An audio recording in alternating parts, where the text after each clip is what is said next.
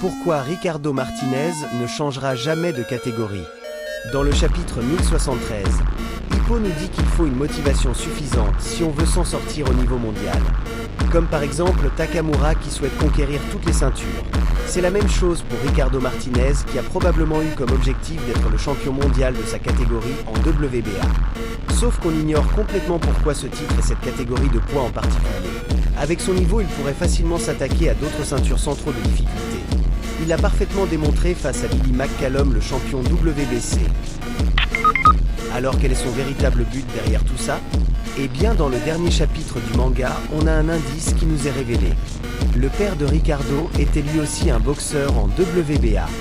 Il avait pour objectif comme Hippo et Ricardo de savoir ce que signifie être fort. Je pense que Ricardo comptait sur son père pour répondre à cette question, et que son père a malheureusement échoué dans sa conquête du titre en WBA, voire même qu'il est décédé au combat, ce qui expliquerait la volonté de Ricardo de se retenir lors de ses combats pour éviter des accidents regrettables, comme avec Wally ou Date qui ont arrêté la boxe suite à des blessures trop importantes. Ricardo s'est probablement lancé dans la boxe pour savoir ce qui avait poussé son père à prendre le risque de mettre sa vie en jeu et savoir ce que signifie être fort. Il a donc décidé de rester dans la même organisation afin de suivre les traces de son père et de trouver une réponse dans ses matchs.